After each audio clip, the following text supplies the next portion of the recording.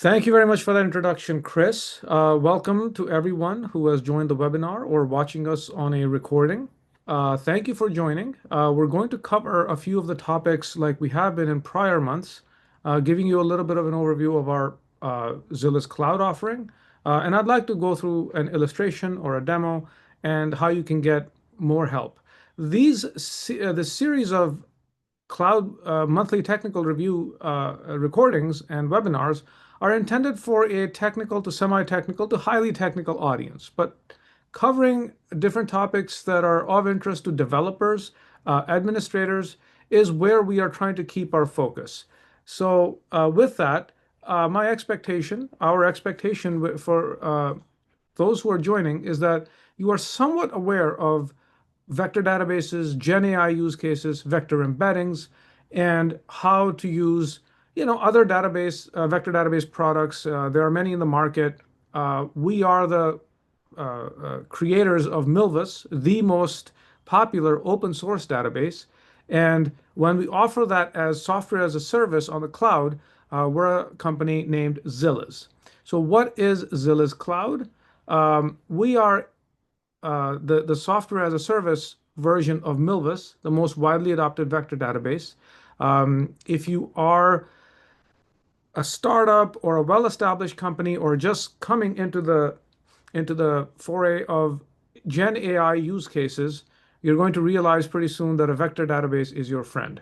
And based off of that, when you can index vectors that are generated from encoding models, you can then do semantic and similarity search. So those are the fundamental ideas behind all of this. And what we offer is Milvus, Zilliz Cloud, and Zilliz Cloud Bring Your Own Cloud. That's a service where you wish to host your own hardware on the public cloud, and we run a few agents and collect telemetry and give you controls on our control plane for you to administer the Zilliz product. Just a little bit of a basic background.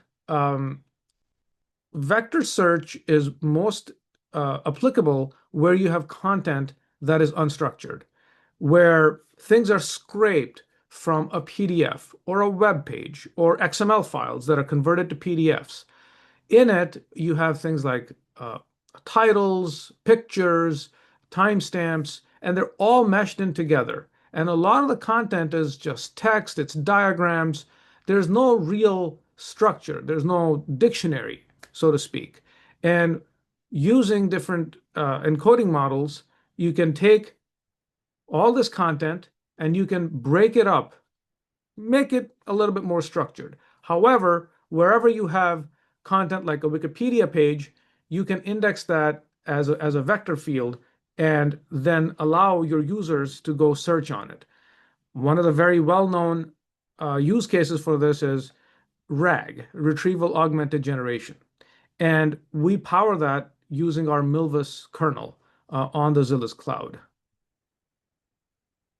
So what separates Zilliz from Milvus is that we have something known as the cardinal search engine, which is constantly under development. It's 10 times faster than Milvus. It has better indexing, better quantization, and it has something also known as auto-indexing, which sort of obviates the need for specifically selecting an inverted file index and having to select your quantization. It does a lot of that behind the scenes for you. We're a cloud native database, so all the scalability, all the management is handled for you. You don't have to worry about running a Kubernetes pods or running an Elastic Cube cluster or any of that. We handle all of that on the cloud, and it's enterprise ready in the sense that we will give you role-based access control, private link, security. We're SOC 2 compliant. So, and there's a company, Zilliz, backing you for the all the SLAs for support and making sure that any tickets are resolved on time. I don't want to go too deep into the Cardinal search engine. We have other items on the agenda, but it's important because a lot of our customers come to us, talk to us because they're really impressed with Milvus. They want to run Milvus on many machines. They want replicas. They want a lot of scalability. But when they come to the Zilliz Cloud, They get the same API functionality. They get to use the same APIs for REST, but they also get this auto-indexing algorithm. We have better quantization. It's in the Cardinal search engine. It's faster. We outperform Milvus by 50% capacity increase, and we get up to 10 times performance boost. So moving off of Milvus, coming to the cloud version of Milvus, which is Zilliz, actually has a benefit, not just in operational simplicity, but also having better cost profile for your admin team. We're enterprise ready. We have security. We are on 3 public clouds, very resilient. So we are able to do replication within a region. We allow you to bring your own cloud. So everything that large enterprises and startups that have seed funding or first few rounds of funding, they can alleviate any fears they might have about running something all on their own. We have physically isolated and dedicated clusters, no direct VPC access, IP allow lists, and even SSO support. We plug in very nicely and play with Microsoft Entra ID. Technical support is included in a subscription. You can have multi-year commits. That's in the realm of sales. Fully managed service benefits and SLA commitments and guarantees. Now we get to the fun topic and fun part of this June monthly webinar. There are a couple of things, a handful of things that I have decided would be very good for me to cover. Since in the last 24 hours, I have some test harness code, and I want to talk about our scalable architecture. I have a cluster that I created, and it's been running for about 24 hours. And if we look at the last hour, I have been throwing a lot of data at it. My test harness, which I have set up in my development environment, as you can see here, this is Visual Studio Code, and I had this code written so we can write 100,000 vectors at a time, 5,000 batches with a certain number of workers, and we connect to my running instance, and I will cover all that. I have saturated this. What I want to talk about is the fact that you can have a cluster, and you can control how the capacity beyond which it's going to scale all on its own. And I want you to notice how linear this is. We don't ask you to double the capacity. Now, a little bit of background around this. A CU is a compute unit, and there are different types of compute units. We have a performance optimized, capacity optimized, and extended capacity. And this is the order in which you allocate the compute units. You get the most bang for the buck, the fastest performance with performance optimized. We price our vector in the size of 768, and I'm using 3072 dimension vectors so I can saturate this cluster faster. Now note that you don't have to pay for double the capacity. You can go up 2 CUs at a time. In other words, these are compute units, and you pay a little bit more for as you go up by the hour. These are dedicated clusters as opposed to using serverless, where you don't get the same level of performance consistently throughout the operation of your cluster. Right now, I have a cluster which I started off with 1 CU, and I saturated it enough such that I was alerted by the system. You can see this thread, and I kept writing data to it, and it automatically moved up to 2 CUs.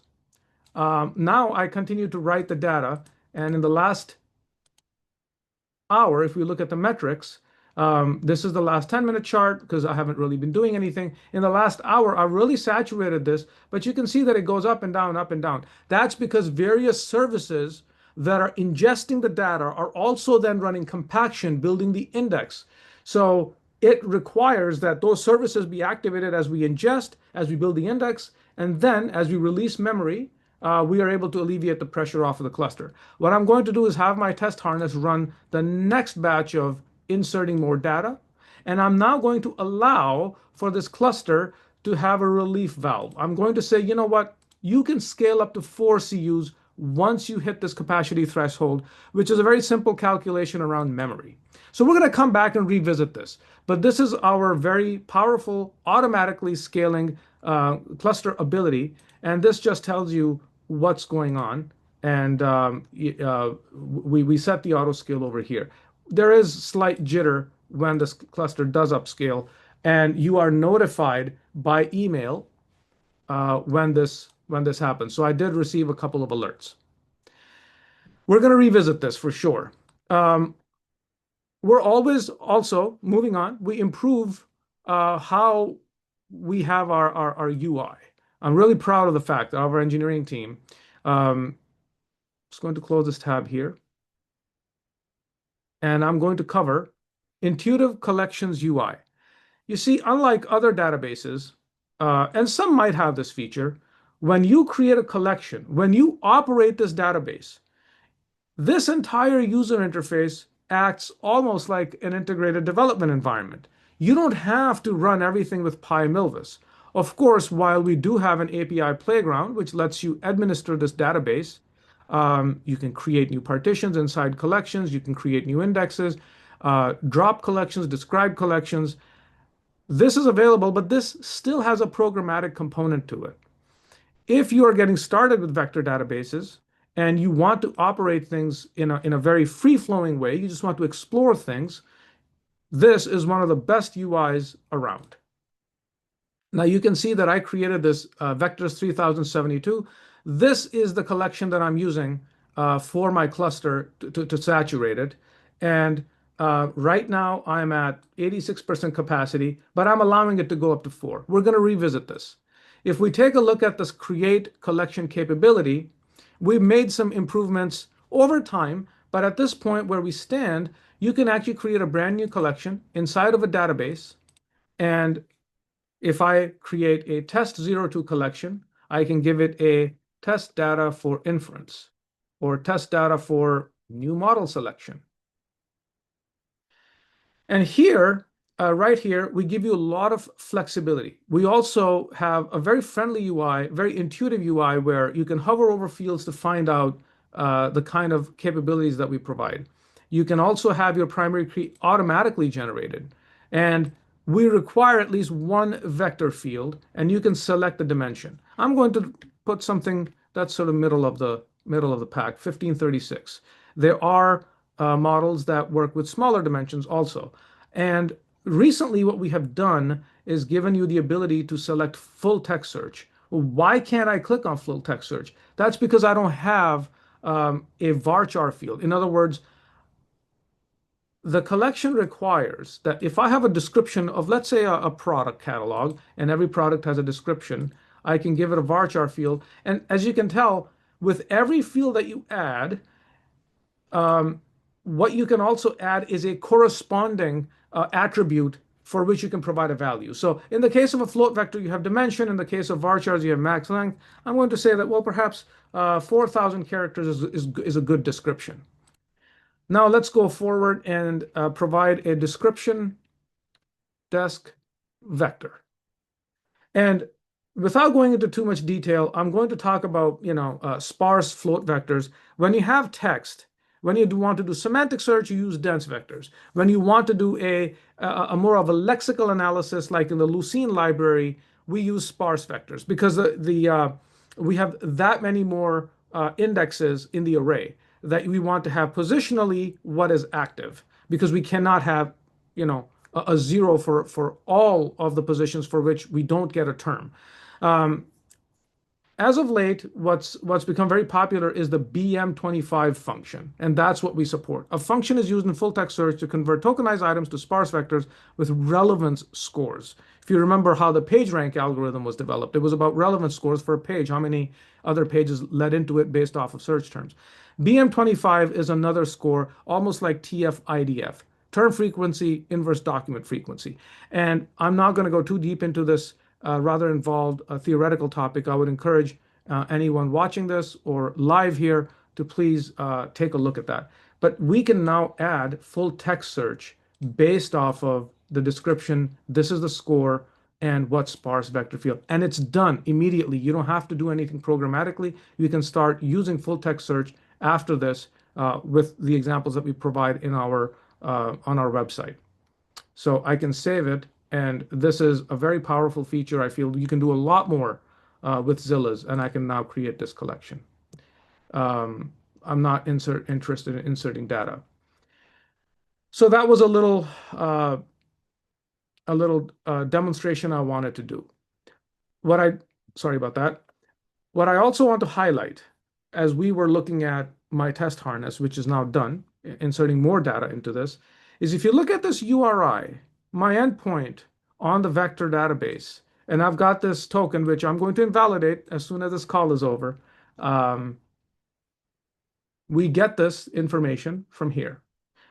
This is not collection specific or database specific. This is the cluster URI, and the token then empowers you to connect to the cluster and create collections, create indexes, insert data.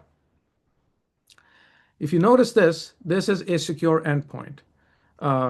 Our driver, the PyMilvus library, handles this for you. If you've also been testing a lot of the code outside of our cloud environment, that is maybe in Milvus, you just have to provide a new URI, a new token, and everything is going to work just as it was before. All the insertion, all the search, all the hybrid search.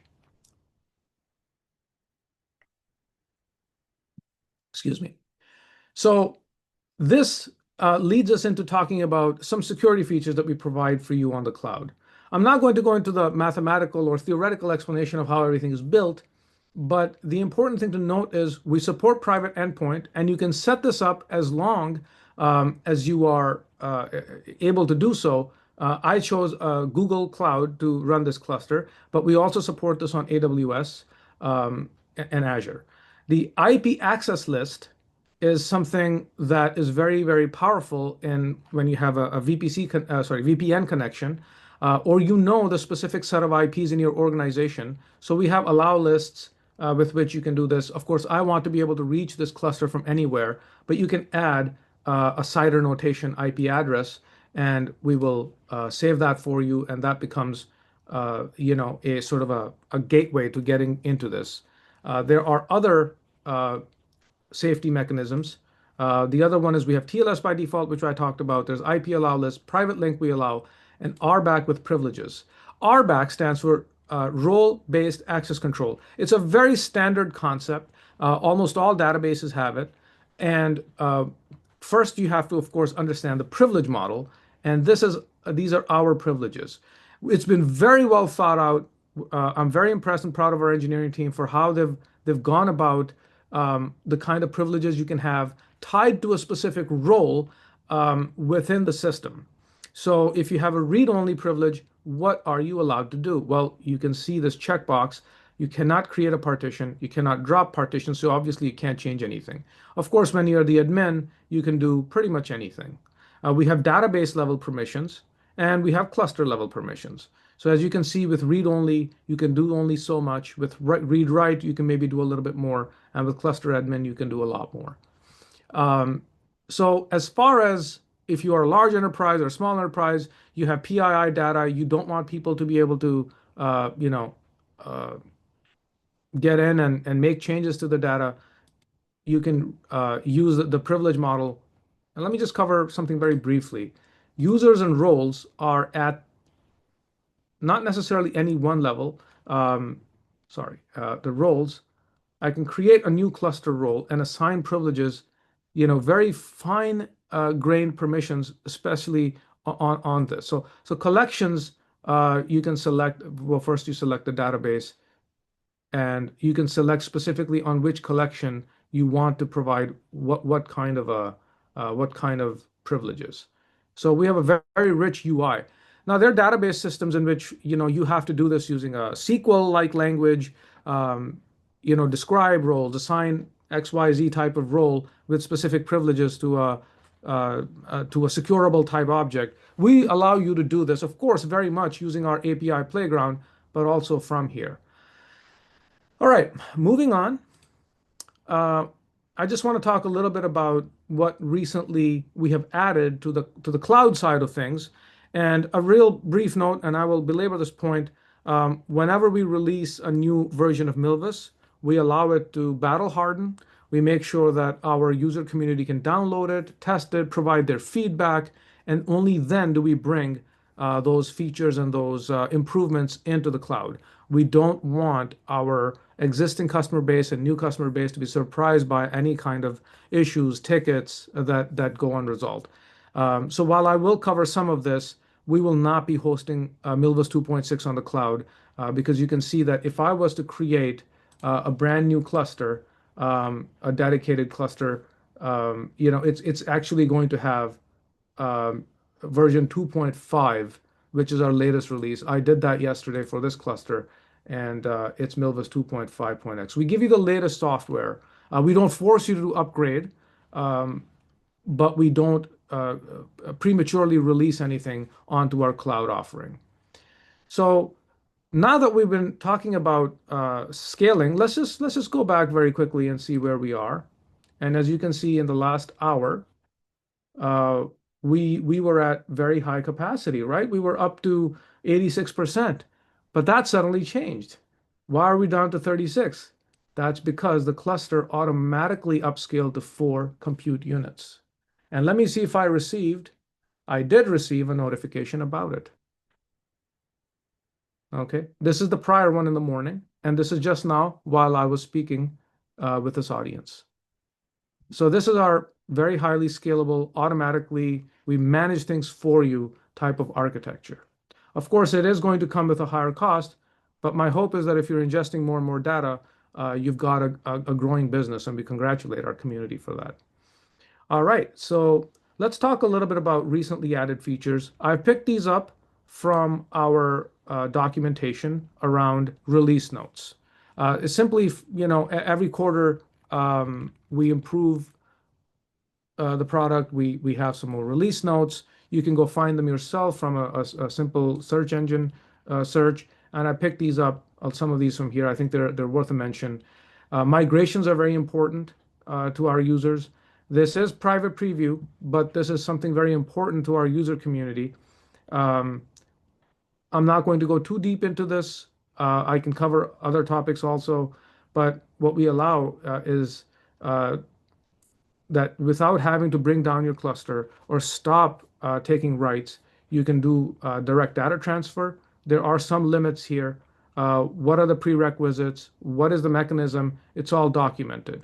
And if you want to be able to do it, we have very simple, instructions and some illustrations on what you have to do step by step. I've been really impressed by this, and our users are asking more and more about it, and then starting to use these new features. How you can monitor what's happening. And by the way, this is an asynchronous process. So while it's going on, you can actually watch it, which is very similar to how we allow you to do bulk import for very large terabytes and petabytes of data.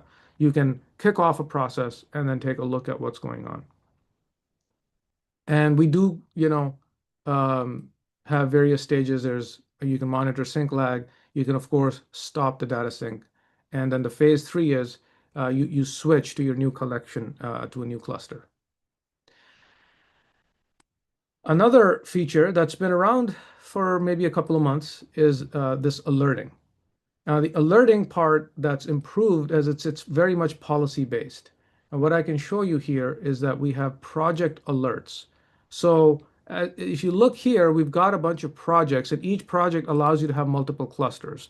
So if you're testing, if you're just developing, if you have user acceptance testing, if you have data that has PII, so you're only playing with very insecure data or data you source, and you can have a separate project for that. Different users can be invited to those projects. An alert allows you to say, well, I have an alert about something concerning, and the metric that you choose, and it's quite flexible, is bulk write QPS, cluster write performance. You have to have an enterprise subscription to be able to use this. And you say, well, once this reaches over this threshold, or it's below something, and the duration is maybe a minute, then based off, it picks up all the clusters. These are all the clusters in our project, but you can take out clusters, and it will email people that are within my organization or by a role. This is not a group, this is a role. And there are so many different touch points by which you can actually hit someone and say, hey, I have something to tell you about. This is a very awesome feature that I'm hoping more and more of our customers will adopt and be able to self-manage a lot of the, at least, be able to capture what they want to in terms of alerts and management. And the next one, which has been around, but now we support BYOC. This is going to be a huge driver for our business. It's going to be a huge driver for our community. It's going to empower a lot of our customers to be able to have the kind of control they want over the hardware when they utilize the software as a service part of our product and host their own machines, be able to select EBS profile. I mean, EBS is elastic block, hard drives that you attach, but it can happen in any cloud. We support deploy this BYC on GCP. We give you the Terraform scripts and all the prerequisites that are required for you to have virtual machines that are provisioned by yourself and how you can connect and have a control plane such that the machines and all the resources can send telemetry and alerts and everything to the Zilliz Cloud plane. By the way, when I say that word, cloud plane, I'm talking about this part. This is how you control the Zilliz software executing clusters, the services. With BYOC, right here, this cluster is not BYOC, so I'm not in control of the hardware. All I can ask for it is to scale up. So we enable this, and because this is in this entire section here, we have deploy BYOC on AWS. This covers a lot of ground. As time goes on, we will be making this self-directed for our customers to do this on even Azure down the line and AWS. So there was a time when we had to work very closely with our customers and their administration team and their development team to do a lot of the work for them. This does require a higher upfront commitment in terms of the investment that our customers make with us. But once that partnership is established, we have provided you with a lot of resources on how to get started and be in control. It shows the level of maturity that Zilliz has, reached in enabling vector databases as part of your integrated Gen AI solution. And many of our competitors are actually behind us in this capability. So one last point I wanted to make, which was about Milvus 2.6, is we only have a release candidate 1. We're not going to make anyone a guinea pig. We're going to have our user community and internal tests run through this. But what's coming is absolutely state of the art. We're going to use Woodpecker for the write-ahead log. That's what WAL means. There's going to be much better ingestion and streaming. We're going to merge some of our services. We're not going to run as many different pods in the Kubernetes world. It's going to become one coordinator. And one of the most important things, we're now releasing a rabbit quantization, a 1-bit quantization. And of course, our customers on Zilliz Cloud could choose this, but they don't have to. It's going to be a part of the auto indexing. We are releasing this. Pretty much this documentation is like a blog post, very theoretical, and how this exactly works is something you can find out about, of course, with YouTube videos. But as far as enabling this is concerned, this will be ready for you to enjoy and get cost benefits, performance benefits out of. This will change. We're going to be adding more as version 2.6.1 and 2.6.2 come out. We were going to battle harden things. There's going to be phrase matching. But of course, we can always do another webinar on all of that. Right about now, I'm at time. I thank you for joining and letting me walk you through some of the RBAC, security, scalable architecture, and other features. Thank you very much. That was really great, Rohit. And so where can they reach out to you? Like, where do you kind of hang out? I hang out at Zilliz. My email address is my first name as displayed, last name at zilliz.com. We have quite a, how can I say, very competent and smart team. We have a sales team. You can send us your questions. Don't be shy about anything. There are no stupid questions with us. We can educate you about vectors, vector databases, Milvus, running Milvus by yourself on your laptop, how to set up IDEs. I can help you with all of those Yeah. different topics. So you can find Rohit in our Discord channel. You can also just reach us on our website. We have a contact sales form. We also have free office hours that you can set up sometime. So lots of ways to be able to reach out to Rohit, and he can further walk you through all these capabilities when you're ready to get started with Zilliz. So we will make sure that we provide all these materials to everybody at the end of the session. But before we sign off, Rohit, what is like some sage advice you have to give to people when they get started? You cover so many things, so maybe like one or two points that you'd really want to leave our audience with. If you have a bona fide use case and you are a business, you're a startup, you ask me what can they do to get started? I would say just get started. Don't be shy about reaching out to us if that's what you need. Start with Milvus if that's what you need. Of course, I think that Zilliz is a much superior enterprise product for you to actually run your business. And any resource we have on our website is for you to consume. Start there. Uh, Find the blog posts, find YouTube videos, talk to us, and land some data. Find the data that you want to work with and be ready to upload it. We have migrations. If you are already running with one of our competitors, if you're running with Milvus, you can extract from Milvus. You can download backup files by using our Milvus backup tool and just simply upload it. We'll create a collection for you. And guess what? One of the most amazing things about Milvus and Zilliz is we didn't create a new library for you to use. I apologize.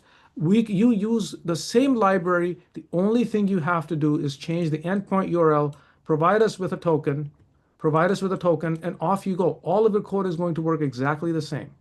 That's right. So You always want to just be able to write once, right? And then that's not have to right. rewrite Yes. anything. Right. And if you use Python, Golang, it's once you write the code, it's going to work against Milvus. It's going to work the same in Milvus, Zilliz on the cloud and BYOC. So get started, get some data up and running. And if you are just learning, we also welcome you into the Gen AI community and the vector database community. There are so many different resources. Of course, Hugging Face is the best known one from where you can get models and data sets. But of course, there's also data.gov. There are so many data sets that are available here for you to just, satiate your curiosity. Download something, convert that to vectors using embedding models, and get started with a vector database. And you will actually wow yourself with what's possible. That's amazing. Thank you so much once again for joining us. And I suggest that you reach out to Rohit. And then don't forget, we do have a free trial with Zillow, so you don't have to pay for it. And it's actually pretty powerful. We actually provide, I think, up to two collections of a million or a half million in each collection of vector embedding. So it's there's a lot you can do there, up to five collections. Yeah, so That's there right. it's plenty for you to be able to get started with. And then, as Rohit mentioned, with any of our products, write once, and it's easy to bring that over to our dedicated cluster when you're ready. That's right. Thank you so much, everybody, and we can't wait to hear what you build, and we look forward to seeing you again soon. Bye bye. Thank you.